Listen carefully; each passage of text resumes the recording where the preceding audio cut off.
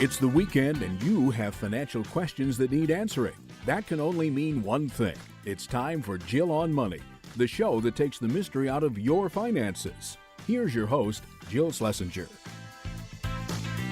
Oh, it's another fun weekend here at the Jill on Money universe. Thanks so much for joining us. This is the program that takes the mystery out of your financial life. I am Jill Schlesinger, and we are broadcasting live from the Capital One Bank Studios, where, as we speak, it's really February. It is really winter. How about that? We had one day of spring in the middle of February, on February 5th, and now it's back to winter. Fine.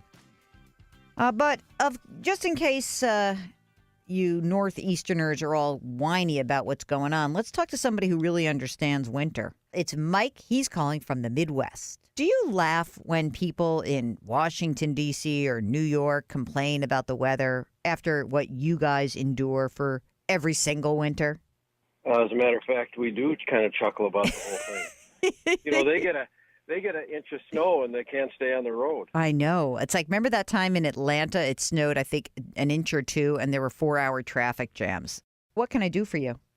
We're talking about getting close to retirement, my wife and I've sent you a little bit of information on that, but I want to know if it makes sense for me to be converting regular IRA money into Roth and maximizing probably the 22 or 24% tax bracket, probably the 24% tax bracket, and hold out till age 70 to take Social Security. Yeah, that's great. I think that generally speaking, and we don't have to go through every single bit of your financial details, but the reality is this: we are in a time where I think tax brackets are probably at historic low levels. I'm not 100% sure about that. I just think that when you look back at this particular period of time and you say, I have the opportunity to pay a 22 or 24% tax on money and then have my retirement asset grow without any further taxation forever, that's a pretty darn good deal. Let me ask you a question.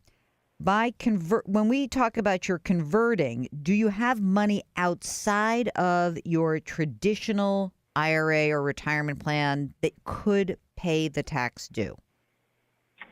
Yes, we have about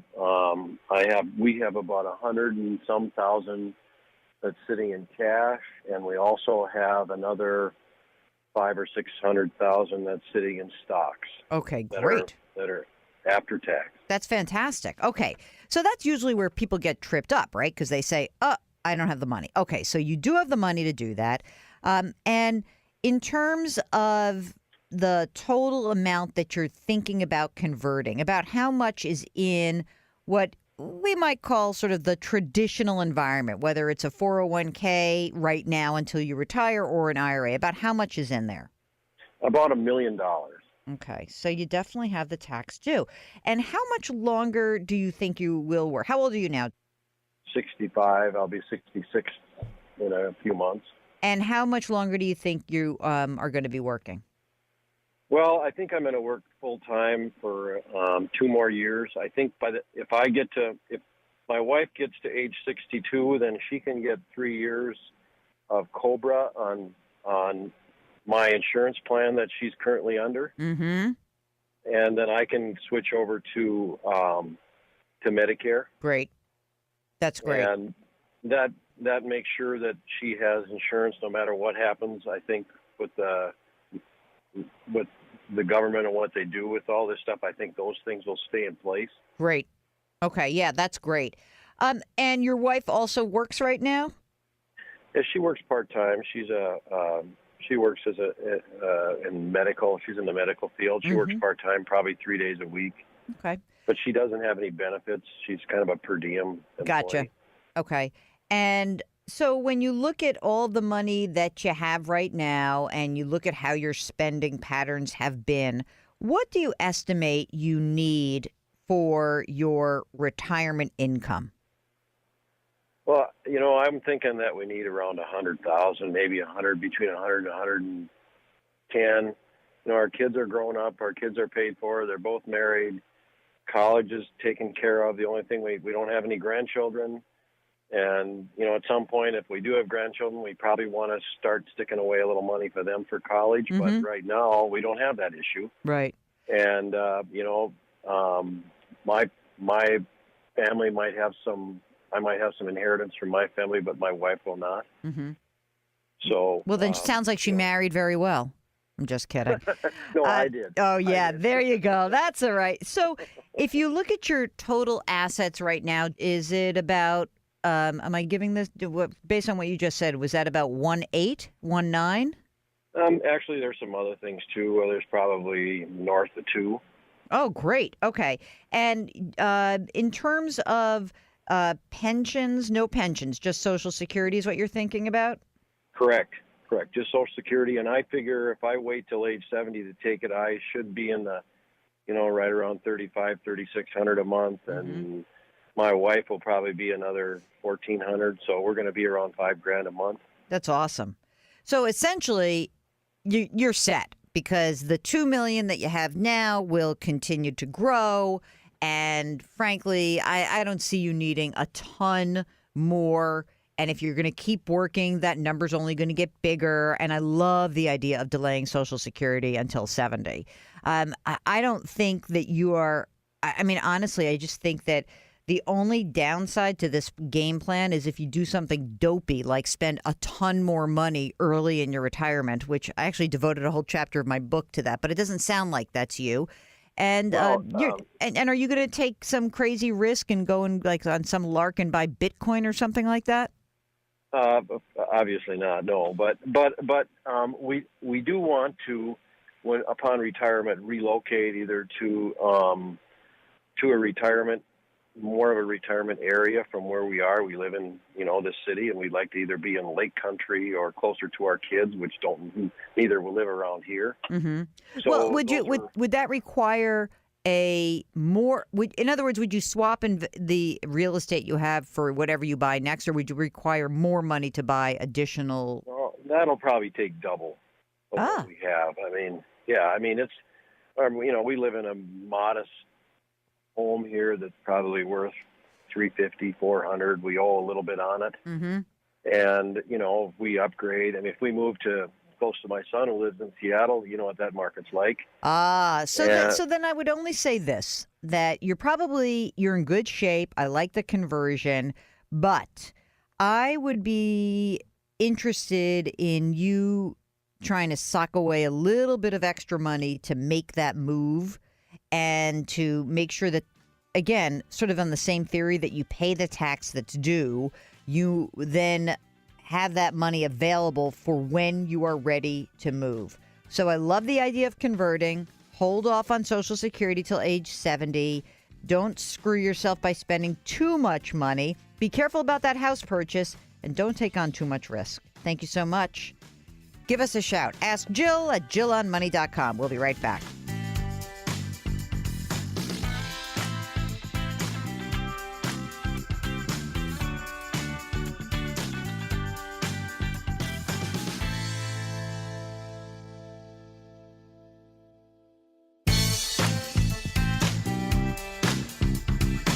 .401ks, IRAs, refinancing, she covers it all. Back to Jill on Money with Jill Schlesinger.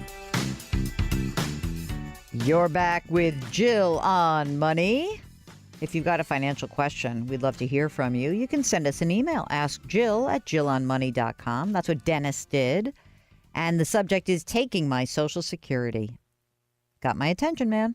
So Dennis writes, "Hi, Jill. I'll be 62 in August, and my financial advisor would like me to take my Social Security so he can invest it. I'm not sure this is a good idea." Well, I am sure that it is most definitely not a good idea. That is a crazy decision. And the other thing it brings up, Dennis, is that I don't think you have a financial advisor because that person is not giving you good advice. I think you might have a broker on your hands. I really am against the idea of taking Social Security early. I don't think that that will serve you well. There's a permanent reduction in your benefits. And you didn't mention whether you're married or not, but if you are married, then that would absolutely impact a spouse who would be claiming on your record. So I don't think you should do this. Feel free to get back in touch with us if I've missed something. But I really want to advise people that if someone is giving you that kind of advice, that advice is probably not in your best interest. And that means you don't have an advisor who is held to the fiduciary standard. It means you have somebody who's trying to sell you something.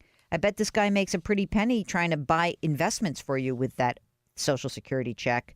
Don't do it. All right, let's take a call. It's Alan who is calling from California. Hello, Alan. Welcome to the program. What can I do for you?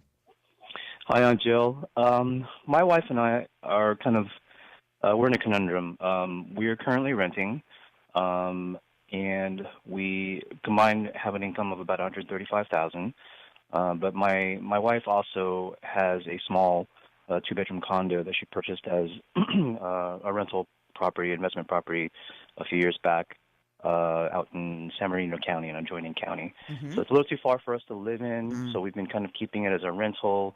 But the last almost year or so, we've had a hard time finding quality tenants to move into that condo. So we're debating whether we should sell it and take that money from the sale and put it towards a down payment for a house of our own and get out of renting, or keep it and try to maybe do some renovations on it and make it a little more attractive to the rental market out in that area.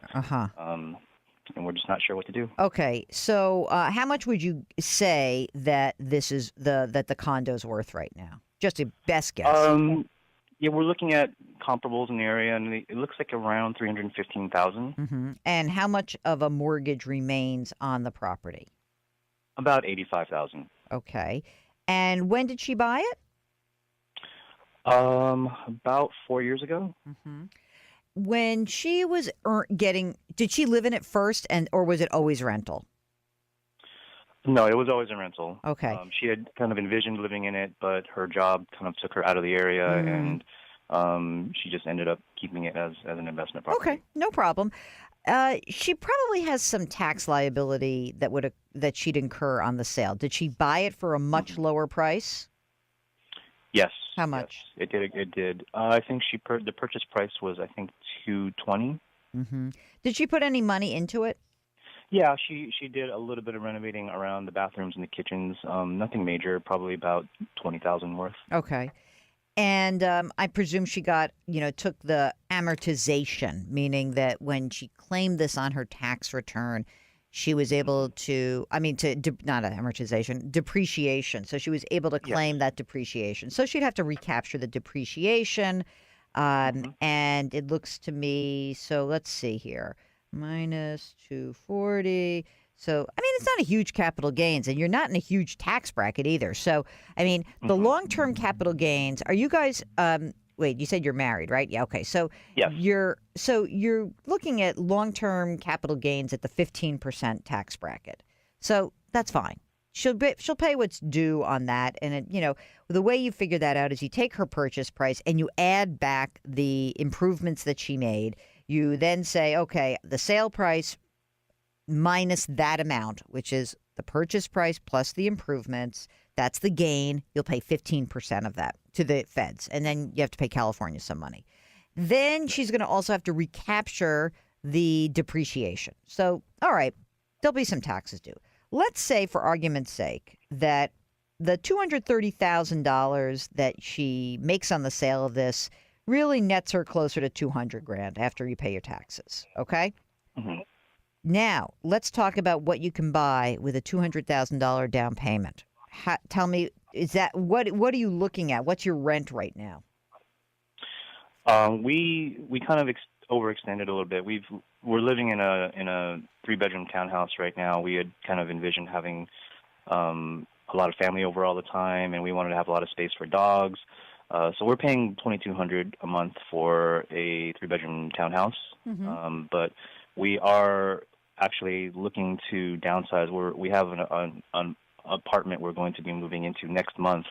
That's going to be just $1,600 a month. Oh, that's we're great. Trying to lower our expenses. Yeah. What if you were going to buy something? Would you buy a house, like a 3-bedroom house? You can have kids. Is that what's sort of the general idea? Or would you buy a condo or a co-op, or would you buy something that is more of like for the couple?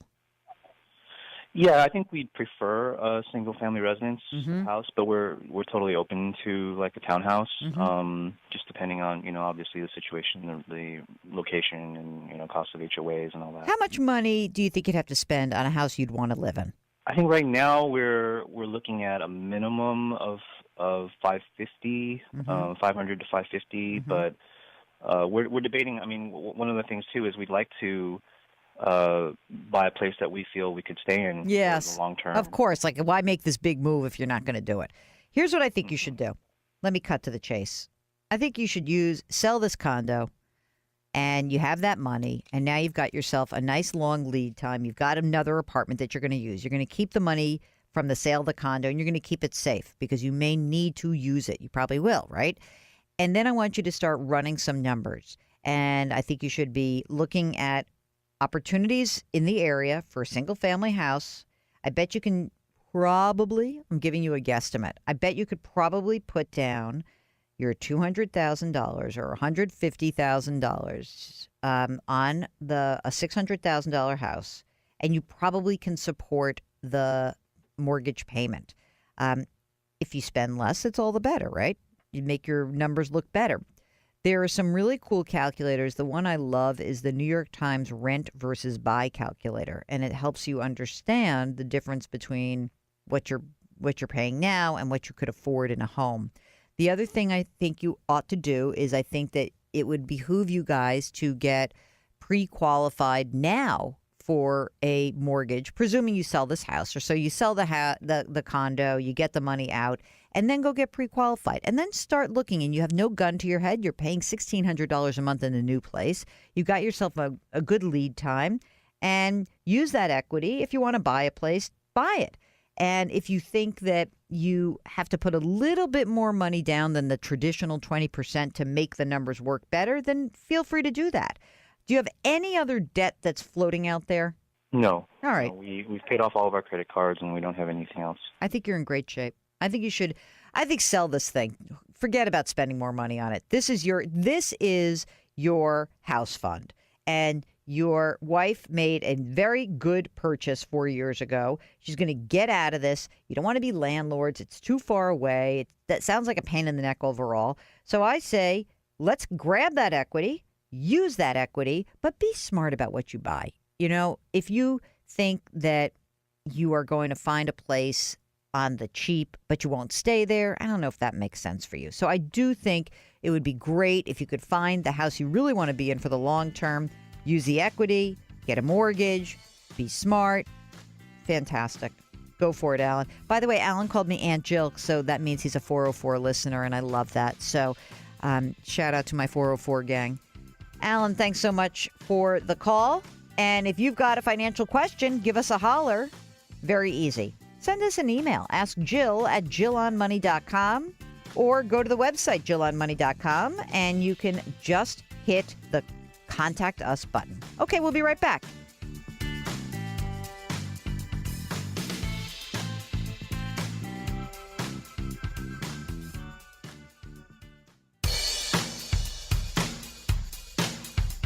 Do I invest here? Should I put my money there? Jill Schlesinger can help you. Back to Jill on Money. You're back with Jill on Money. I am Jill Schlesinger. Mark is running the show and my life, thankfully. What do I need to tell you about? We got a lot of stuff going on the website. And while you are at JillOnMoney.com, JillOnMoney.com, you can sign up for our free weekly newsletter. Isn't that cool? Not only that, you can buy my book, The Dumb Things Smart People Do With Their Money.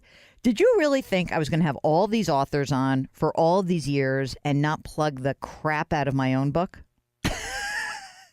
It's really, for $25, all the wisdom and fun we have together, it's not so bad. Go buy the book, will you? That's sort of the guilt factor. Is that you think it's working, Mark? It's pretty funny. I mean, Mark, did you find it amusing? You thought it was all right? He was like, okay, it's all right. He's nodding, but he's not that enthusiastic. All right. Remember, send us emails. We love to get to them. We don't get to them immediately, but we are very happy as we just plow through as much as we can. This is from Cindy, who she and her husband are interested in obtaining information about peer-to-peer lending. She is 61. Husband is 63. They're semi-retired. They've got $1 million invested in CDs. Wow, that's great. We are expecting a payout of close to another $750,000, and we'd like monthly income from some type of investment. We're looking for about $5,000 a month, and it seems that peer-to-peer is about all we have found that pays any real income in this market. We have no intent. We left the stock market, and we have no intention of returning to stocks at our age. Thank you in advance. That's a tough one. I mean, peer-to-peer lending is interesting, but I don't feel like that's going to be your panacea. I want to know why you are so anti-stocks. I think that if you're asking me out of $1.75 million, whether you can, what kind of income you can create,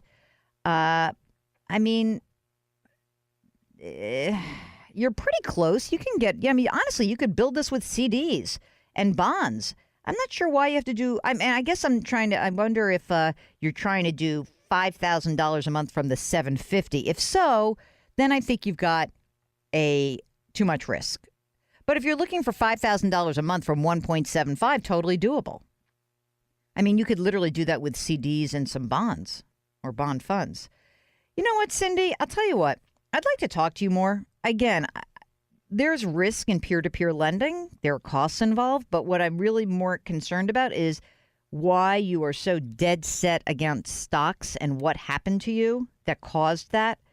So I'm gonna punt a little bit and see if you're going to give us a holler back and give us some more information. I'd love to talk to you more because I think we can accomplish what you want to do, but it is important for us to have some component of your portfolio that can beat the rate of inflation. So, Mark, see if you get on the show. I know you try to do that all the time. Oh, here's a cool one. Here's Mike, who is a police officer preparing to retire. He's 43 and a half years old, and he's going to retire at 49 and a half. So let's just call it 50. He gets a New York State pension, $75,000 before taxes. After that, blah blah blah. He'll bring home about $53,000. He'll have $275 in a tax deferred account.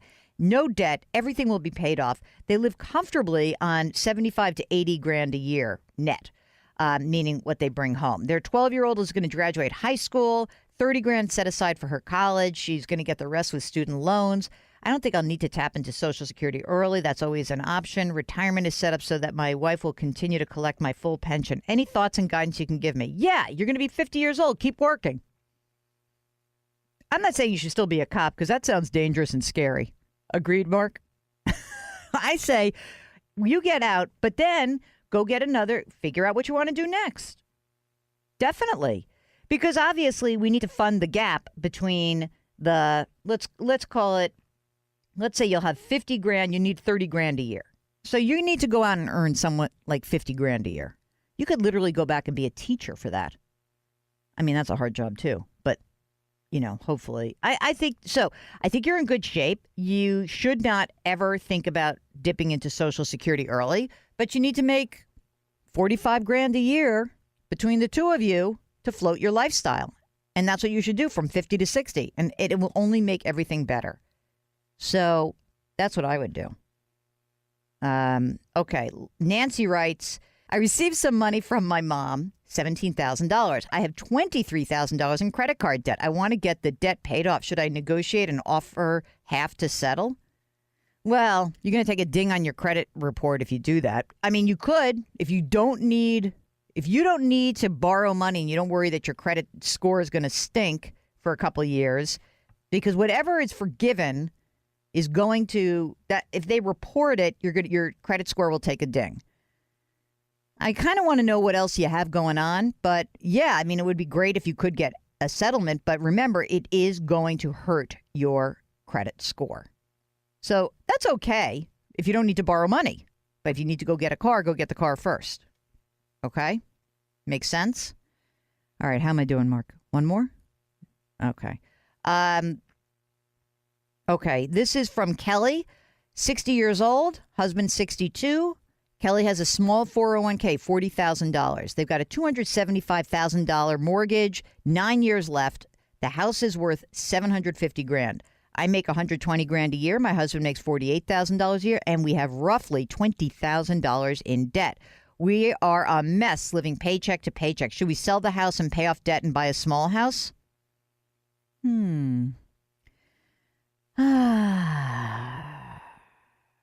I mean, look, you got a ton of money sitting in your house. It really depends. If you can do it, great. Yes, but you have to be able to do it and really be able to save a bunch of money.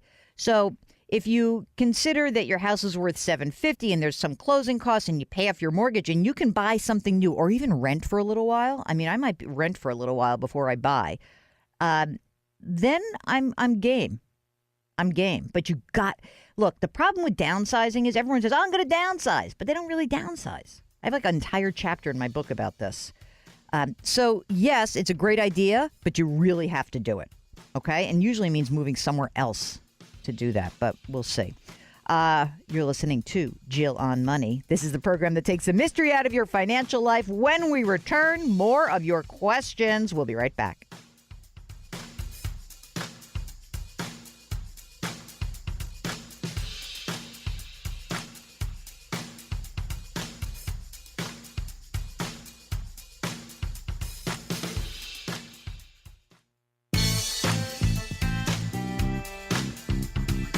.401ks, IRAs, refinancing, she covers it all. Back to Jill on Money with Jill Schlesinger.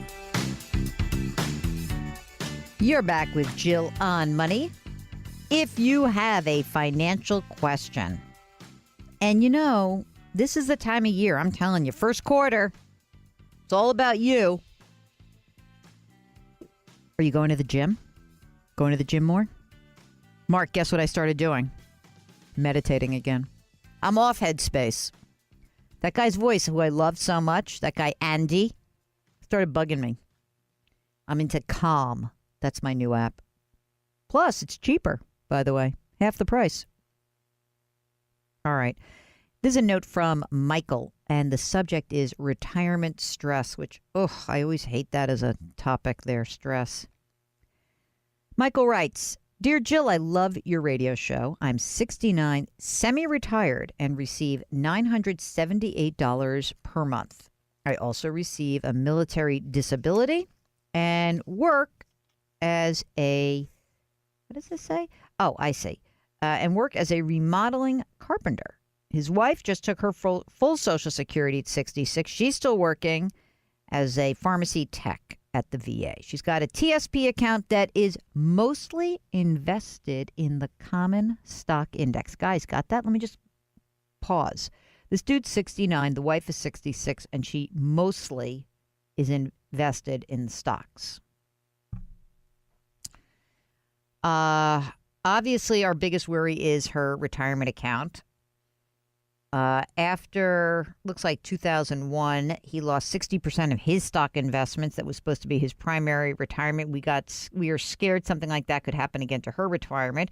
My question is, can we and should we transfer this TSP into some other account to protect the balance? We understand there would be little or no return to do this, but knowing it is protected would give us some peace of mind. It's about, let's call it $275,000. Okay, you ready? Here's the deal. You're out of your mind. All in stocks. Come on. So in the thrift savings plan, okay, there are lots of choices. And the investment choices have all different flavors. So you don't have to do a ton. But if you're in the C fund, which is the stock fund, there are two other funds that are available to you. One is a government securities investment fund. That's the G fund. And there is the fixed income index investment fund. That's the F fund. And then I think there's something, let me just see something. And yeah, I think those are like your the ones that I would be thinking about, because you could use a lifestyle fund, but why do that? I would suggest that, given everything you know, and given that you want to preserve this money, that at the very least you would pull your allocation back and you would be maybe 50-50, 50 stocks, 50% maybe government and fixed. If you're feeling even more nervous, you might be 40% stocks, 60% in the safer stuff. But whatever you decide to do, here is the key. Once you make this decision, you can't go back. So if the markets turn around and zoom higher, then you don't start doing this all over again. That is the key. And I think it's really important that you preserve this money. It's really important that you don't blow it and that you repeat the 2001, 2002 events again.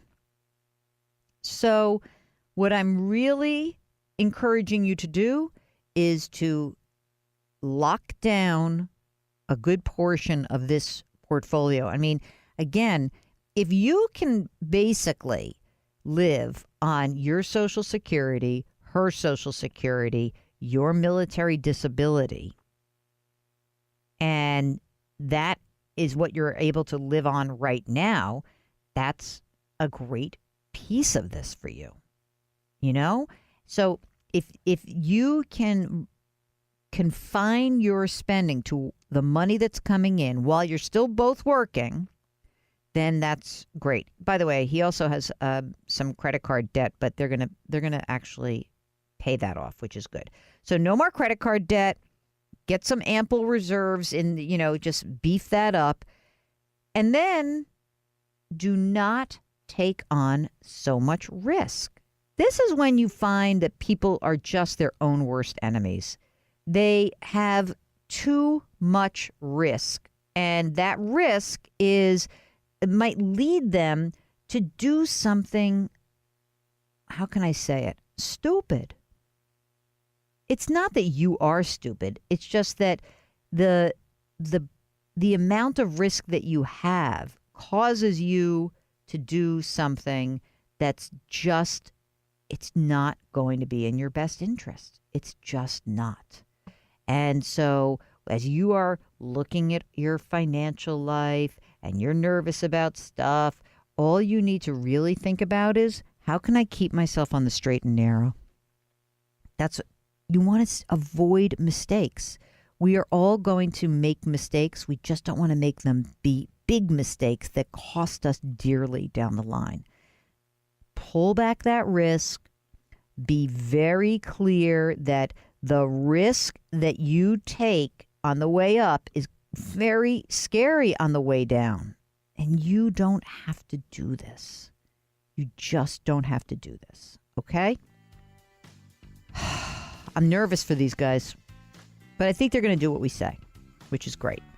Okay, you are listening to Jill on Money, and when we return, we will deal with more of these questions of risk and anxiety, and hopefully we'll help alleviate that anxiety. All right, if you've got a financial question, send us an email. Ask Jill at jillonmoney.com. We'll be right back.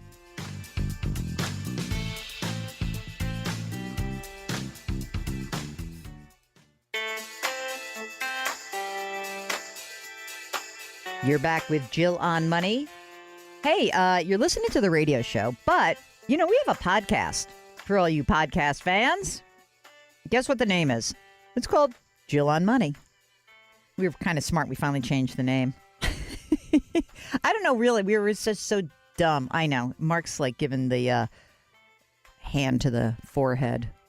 Should have done that. Anyway, the podcast is called Jill on Money, and you can subscribe to it on Apple, Stitcher, Radio.com, Google Play, anywhere else you find your favorite podcasts.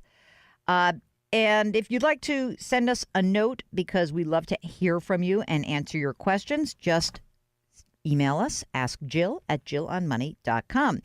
And the subject line of this one is my favorite, Lone Wolf Financial Advisor. Stephanie writes, Recently, the financial advisor I've been working with for the last 4 years left the third major company he's been involved with and has decided to start his own business.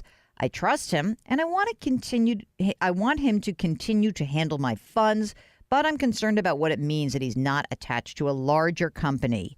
What are the protections I should be asking about before I decide to move my money and invest it with him in this new business?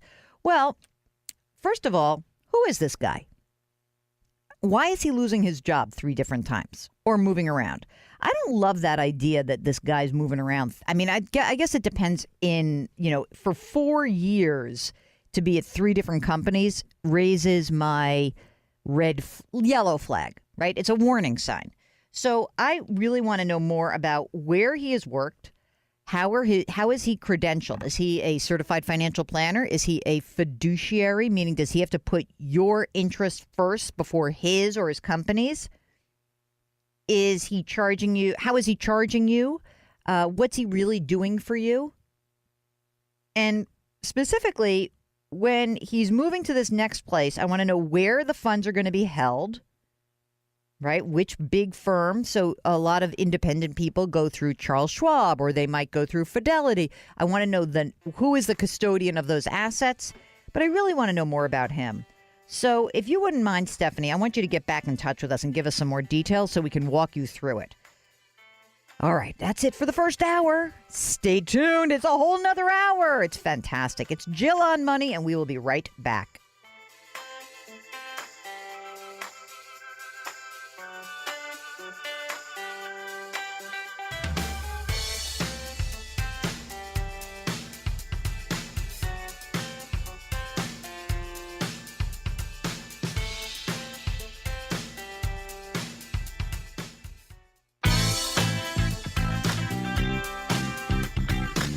It's the weekend, and that can only mean one thing. You're listening to Jill on Money, the show that takes the mystery out of your finances.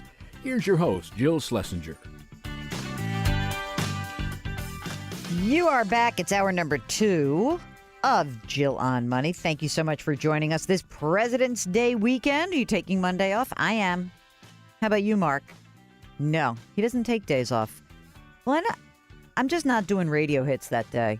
I don't like to do hits when the market's not open. It just doesn't seem to make sense to me. And in other words, I have to take every possible holiday that I can. That's really what I'm saying. Oh, gosh. Take them while you can, gang. Do. All right. All right. Let's get you some good stuff here. We have a backlog of emails. Hey, Mark, after interviewing that guy about decluttering and all that stuff, we got to make sure that people know that we love them. You send that automatic thing, but I have to do a better job of cleaning out these emails. You know what we're going to do on the radio show? What we're going to do is we are going to forego guests for a while, and we're going to clean this stuff out. That's what we're going to do. And we'll get some guests when it's like a big important one. But you know what? We are going to be more careful, and we're going to answer your questions. So we're going to do that until we get this cleaned up. I promise you. All right. This is a question from Maria. Hello. A friend of mine was listening to you on the radio, and I was wondering if you could give me a recommendation for a good fee-based financial advisor in the Portland, Oregon area. We have a couple of IRAs and a Jackson fund. It amounts to $325,000. We're 70 years old. We're about to retire. You know, I did know somebody in the Portland area, but I can't recommend that person because listen to this. I made a referral to this person. I asked a friend of a friend. I'm like, hey, do you know somebody? And this person was like, actually, unbelievable. I mean, shows you right there that doesn't matter how someone charges you, they can still be a knucklehead business person. Like, didn't respond. Kind of blew off the referral. I was like, you know what? Screw. That's ridiculous. So the best that I can do for you, Maria, is to direct you to the NAPFA website, NAPFA, napfa.org. And then you will put in your zip code and you will be directed to a bunch of different people. Now, once you get the people, then it's incumbent upon you to actually do some work. So we've got 10 questions you should ask any financial advisor, planner, fee only, or otherwise. And we'll make sure that we include that on this in this week's show notes, just a link. But if for anybody, we've got this website, jillonmoney.com, and you can get different resources that we mention throughout the show. And this is one of them, NAPFA, NAPFA.org. That's where you will find your fee-only financial planners, but you've got to really invest some time and learn about them and see if you've got any questions that arise. And if you have questions after you meet with these folks and you have a little butterfly in your tummy, just let us know and send us an email. Ask Jill at jillonmoney.com. Okay. My husband and I are contemplating purchasing a single-family home rental property in Washington State. It will be a possible retirement house for us later on. We're renting 2 of our extra rooms in our current home. We'd like to maybe save it and put towards save some of the money from the rent and put that towards the down payment, along with the home equity line of credit, instead of putting it into the principal on our own home, which was our initial plan. My husband thinks it's not worth the headache, but I want your opinion on the matter. It sounds like it's not worth the headache. It sounds like you got a good thing going right now. So I would be remiss if I did not ask you lots of other questions, because if you're purchasing another home and that's going to be rental property, you have to at least weigh the possibility that maybe values go down. The rental market softens up. We go into a recession. These are questions that we always want people to really start to think about. And it's funny because, I wrote this book, The Dumb Things Smart People Do With Their Money. And one of the big chapters that I'm getting a ton of questions about is the chapter that says the dumb thing is you buy a house when you should rent. Now, part of that in that chapter is just about real estate. And one of the things that I think people do is they always presume real estate values will go up. And didn't we learn that lesson just 10, 12 years ago? And didn't we learn that actually being a landlord is really hard, especially when the economy goes south? So I would be very careful, and I think I'm going to side with your husband, even without knowing a lot more about your personal financial situation. If you've got follow-up questions, just certainly send us a note. All right, Edward just introduced to me on CBS this morning and bought the book. So the way I start the book is about a story about a former client I had who did not have disability insurance and really had his financial life rocked. And in this case, Edward said he had a stroke and he did have disability insurance. And that's allowing him to try to move forward. So if you are in a situation where you're given the option of whether or not to buy certain kinds of insurance, we also have a lot of conversation about that in the book, so you should check it out.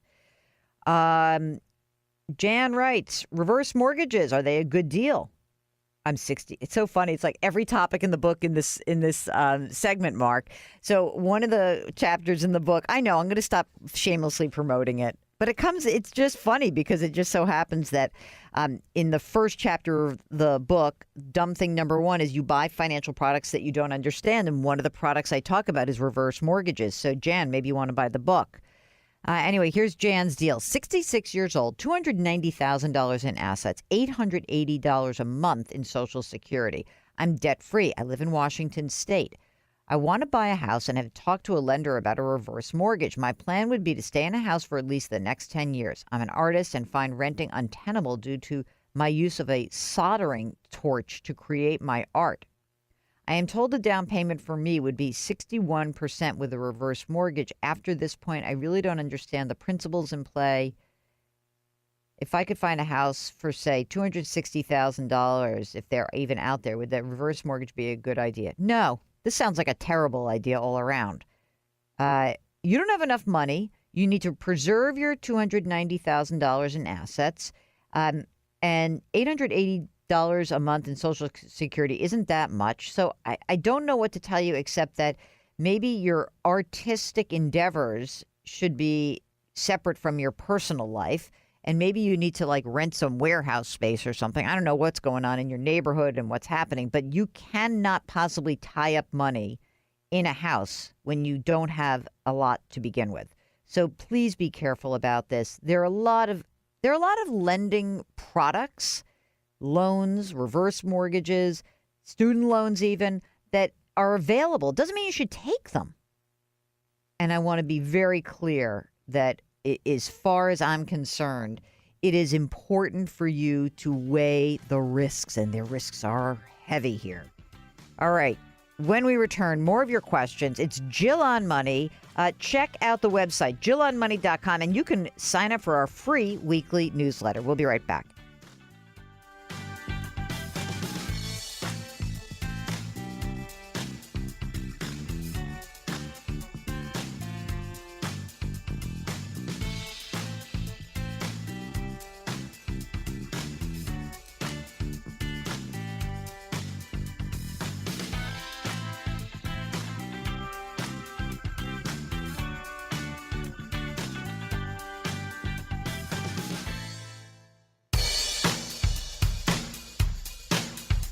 Follow Jill on Twitter and Instagram for more personal finance content. Just use the handle @JillOnMoney. Now, back to the show. You're back with Jill on Money. If you've got a financial question, give us a holler. The email address is askjill@jillonmoney.com.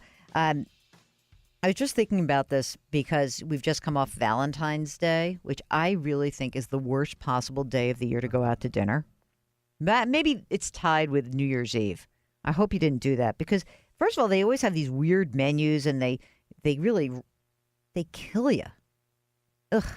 So, anyway, I hope you saved a few bucks that way. Give us a holler if you do have a question. We'd love to hear from you. Let's get into it because we've got some emails that have piled up. Samuel writes, how can an individual verify that the person that they are working with is truly a fiduciary? Is there an actual fiduciary license? Love the show. Thanks, Sam. Sam, this is a great question. So the real question, I guess, that you have to look at is that there is no license. There is a adoption of the fiduciary standard, and there are certain designations that require people to act as fiduciaries. Meaning, if you are a CFP, if you are a CFA, if you are a member of NAPFA, if you are a CPA who has that designation, the personal financial specialist, those are designations, not necessarily licenses. They're designations that require their designees to adhere to the fiduciary standard. Now, the thing about the CFP I should note is that that's a little bit in flux. It's changing. So by the end of this year, CFPs will have to act in their client's best interest at all times or disclose all their conflicts. And there's a whole bunch of rules, but their standards are changing. It used to be CFPs had to act as fiduciaries when doing financial planning, but not under other circumstances. So how do you find out? You actually ask. That is the real question. You just put it out there and you ask that person and you say, are you held to the fiduciary standard at all times? Sam, that's the real question to ask. And I know it can be a little bit weird to put yourself in this position where you're asking these questions, but you're entitled to ask that question because oddly, for some reason, the industry does not require that. And because it does not require that, it is incumbent on you to ask the question. Okay.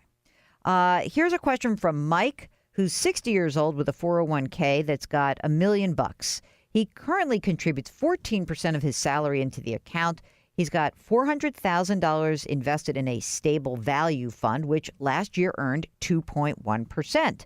I have considered moving some of this money into a short-term bond fund. Would this be a wise move? I mean, stable value at 2% is okay. You're not going to get that much more with a short-term bond fund. I'm not sure you need to do that. It's an awful lot of money to have in such a low interest bearing account, but I don't know. And I don't know all the circumstances around this.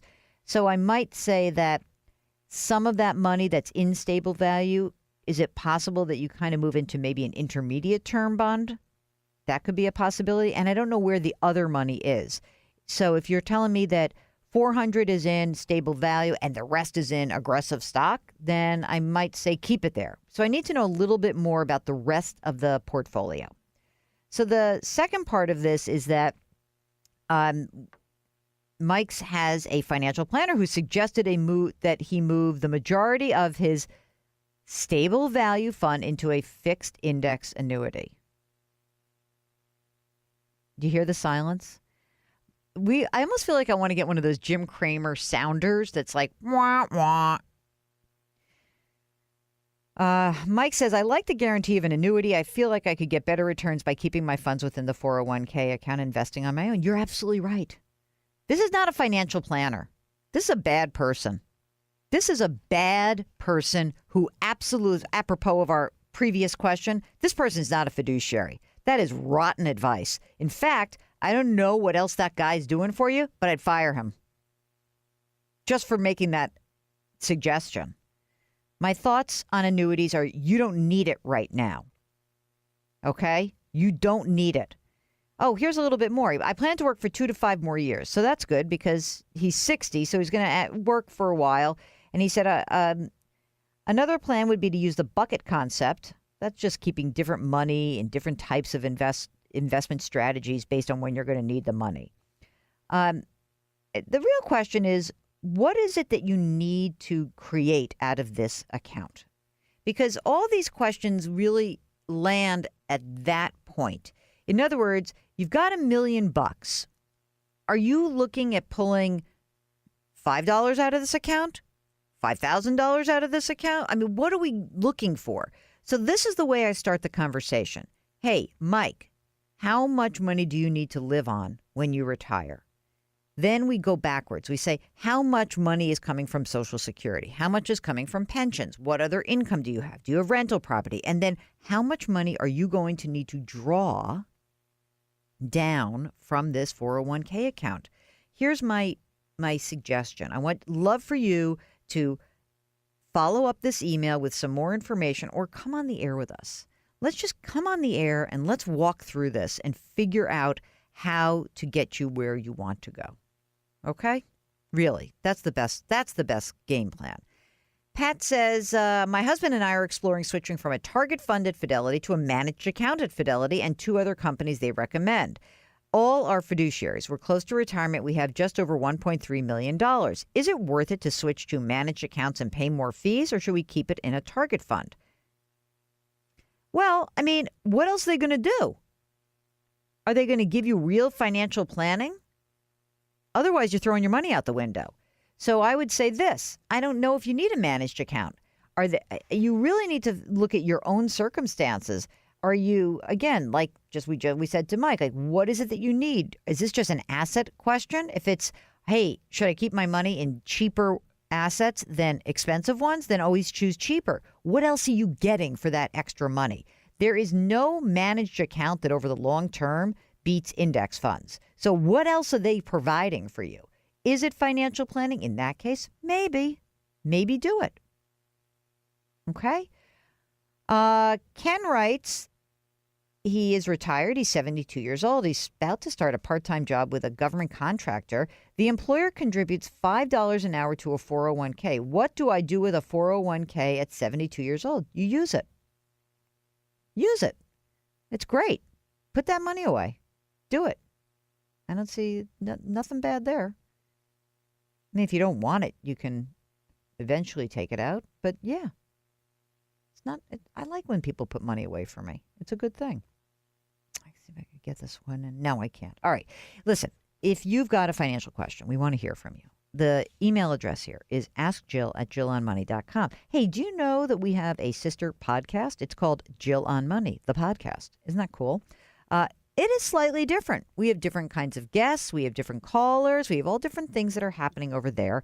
Check it out. You can download the Jill on Money podcast anywhere you get your podcasts, Apple, Google Play, radio.com, Stitcher, wherever, or you can just go to our website. The website is jillonmoney.com, and Mark has put up all these fabulous links, and we'll figure out how to kind of get you the information you need. You can follow us on social media. You can download podcasts. You can listen to old shows, watch videos, and you can always contact us right from that website. That website address, again, is jillonmoney.com. Oh, while you're there, sign up for our free weekly newsletter. Isn't that cool? It's free, and it's weekly, and it's a newsletter, and it looks so pretty now. They did a good job on that, right, Mark? That was a good thing. All right. When we return, more of your questions. We'll be right back.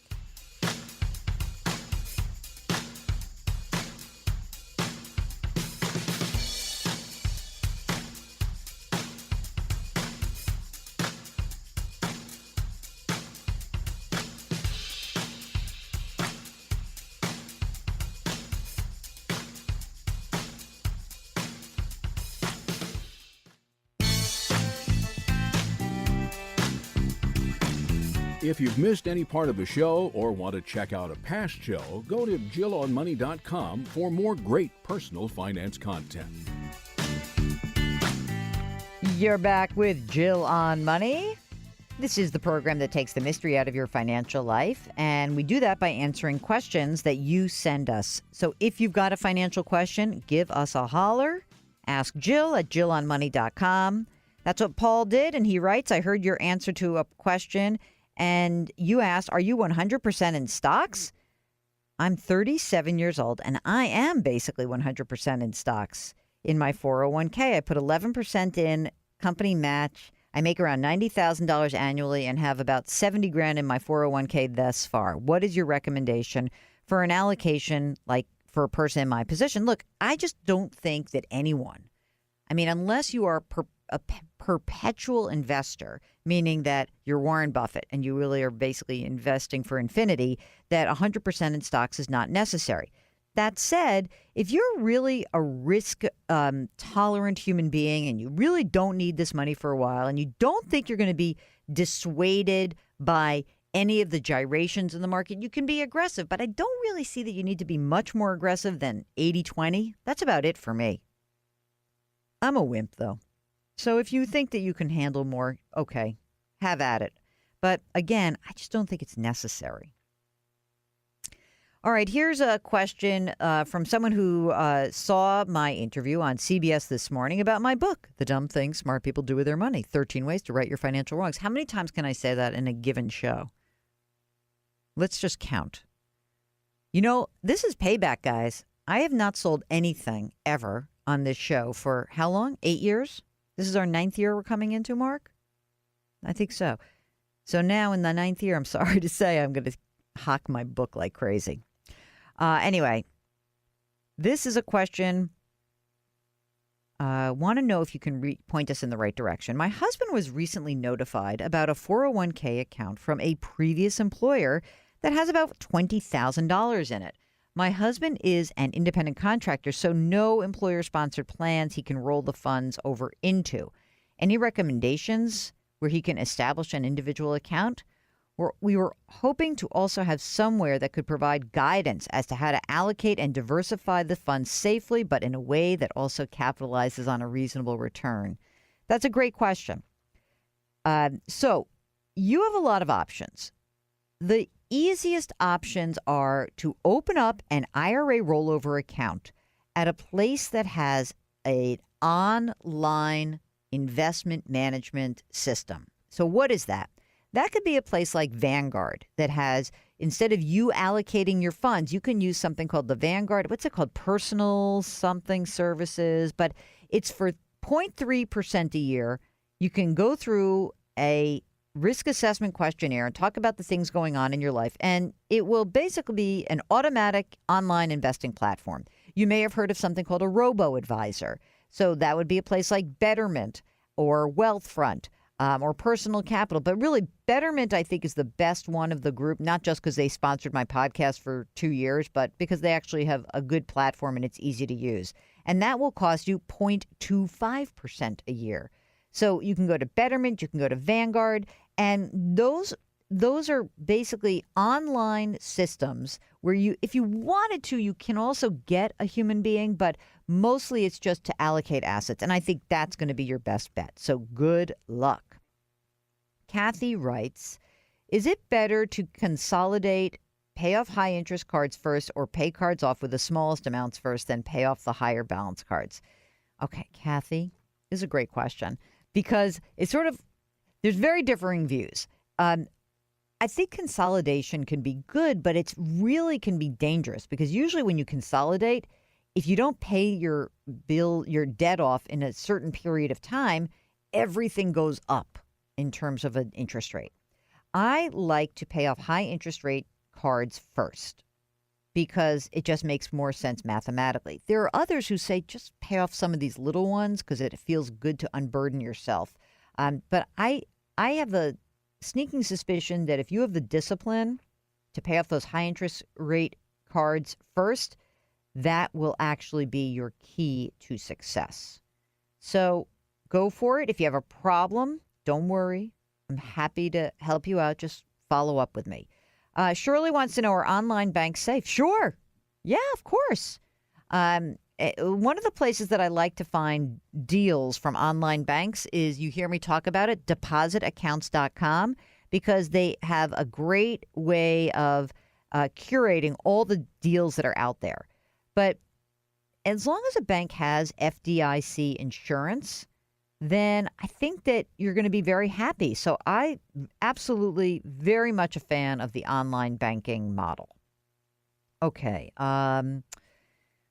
Elizabeth says, I understand that I can invest my money through a fee-based company like Merrill Lynch or Morgan Stanley. These are the big funds, right? Wachovia, which is now Wells Fargo. But there are other ways to invest without a fee.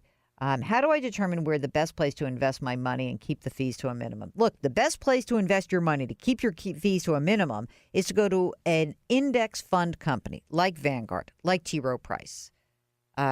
These are places where you have the lowest possible entry. You can go to TD Ameritrade and open up a brokerage account, or Schwab. They have cheap index funds. That's the cheapest way to invest. If you want someone else to do it for you, it's the online platforms like the one I just mentioned. Charles Schwab, Vanguard has one. Betterment is a good one. But you don't need to go to some big brokerage house where all they do is essentially use the same damn algorithm that you're going to get in these other places, but they just upcharge you because they think some, broker in a fancy office is going to be worth it, unless someone is doing financial planning for you, in which case I think it would be great. If you really need financial planning, that's one thing. But if we're just talking about asset management, it's a commodity, guys, and you don't need to pay for it. Absolutely not. So just keep those costs down. That is how you're going to make more money. Isn't that really, it's funny. It's like really is the key. How can we keep your costs down? How can you keep more of your money? And the answer often is to drive down the cost of investing and don't take on too much risk and do your planning. Save money. All right. This is the program that takes the mystery out of your financial life. We love to hear from you. Send us an email, ask Jill at jillonmoney.com, and we'll get you on the air live. Mark will hunt you down and get you. It's better when you're live. I'm telling you. All right. We'll be right back. More of your questions coming right up.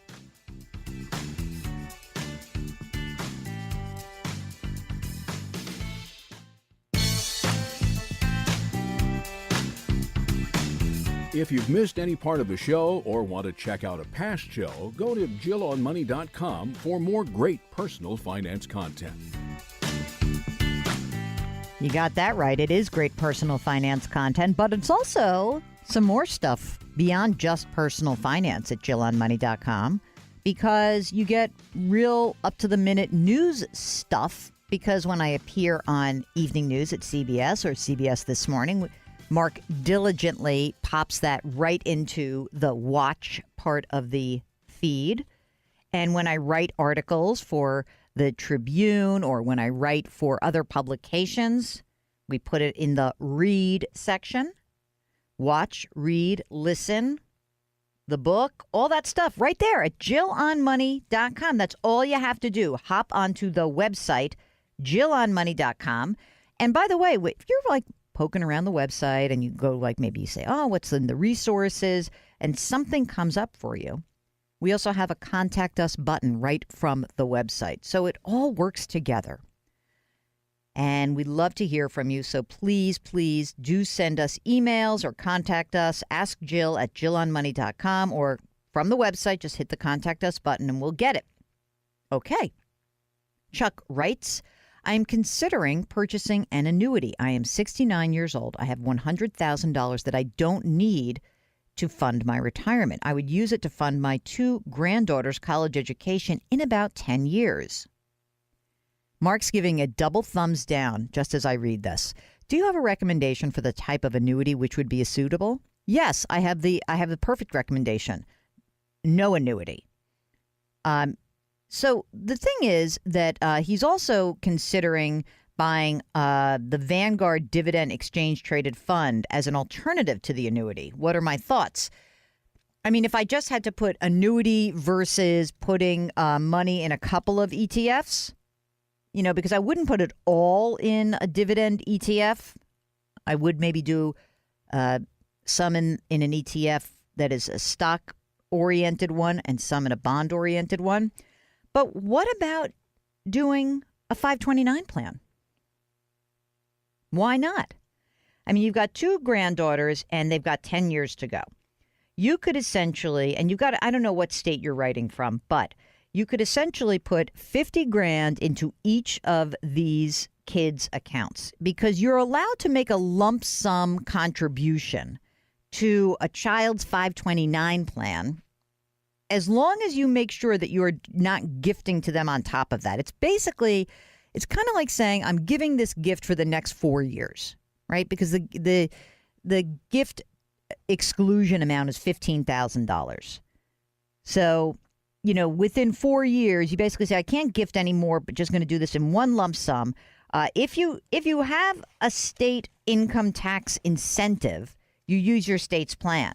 Otherwise, you might want to check out the 529 plans of Nevada. I've been corrected on that a few times. Nevada, Utah, Alaska, Maryland. Those are very good plans.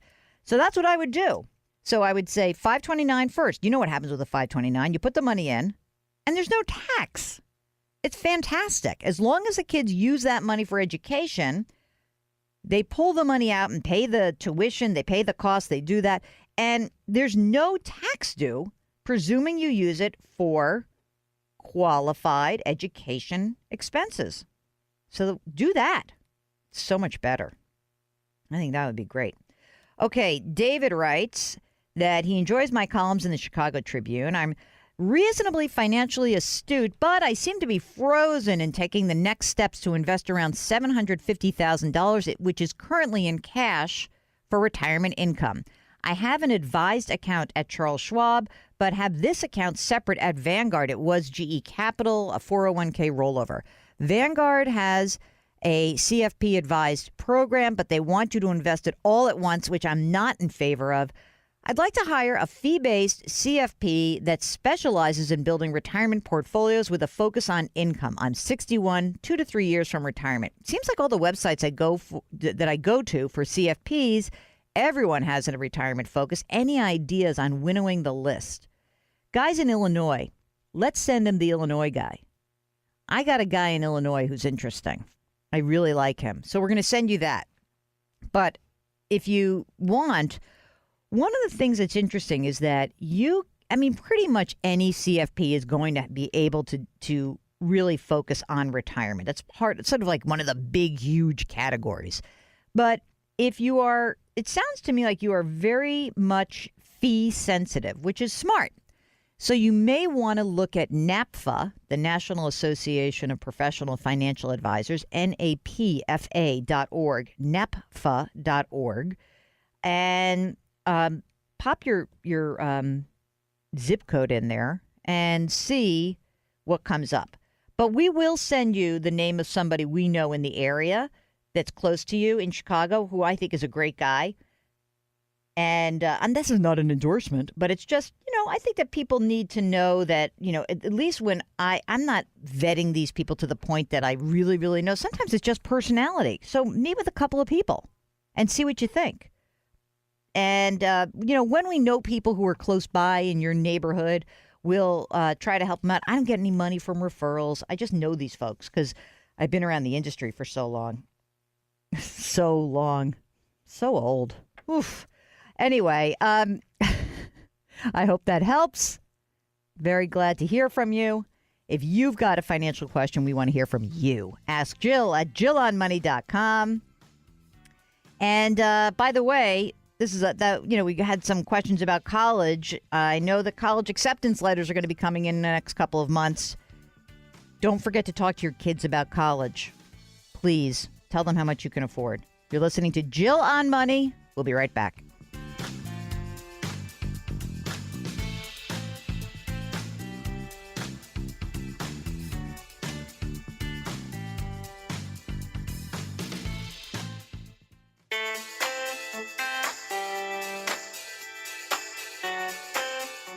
You're back with Jill on Money. Before we wrap for the day, let's get a couple more emails in, okay?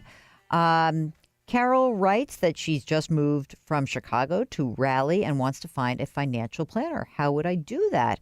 A couple of different ways. You can look on the CFP board website, letsmakeaplan.org. That's not a bad place to start. And could, that you plug in, for most of these sites, you're plugging in your zip code and they'll connect you with folks. The other thing to consider is to go to NAPFA, N-A-P-F-A, NAPFA.org. Those are fee-only financial planners. Or what you could do is follow up this response with more information about who you are and what's going on, and maybe we can help you.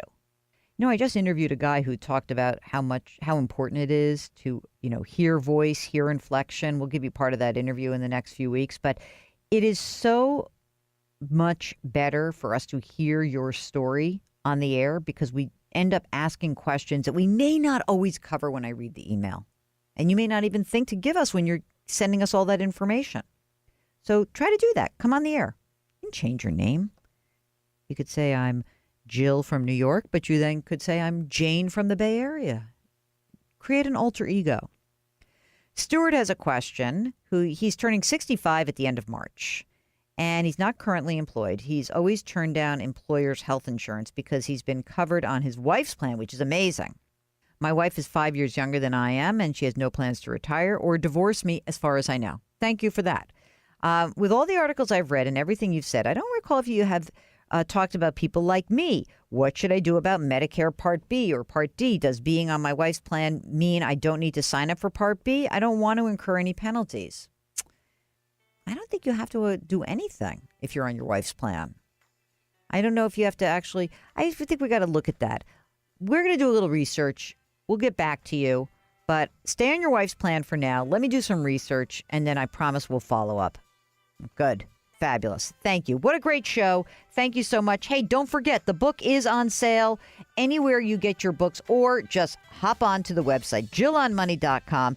Click on the link, the book, and you will find yourself with many options.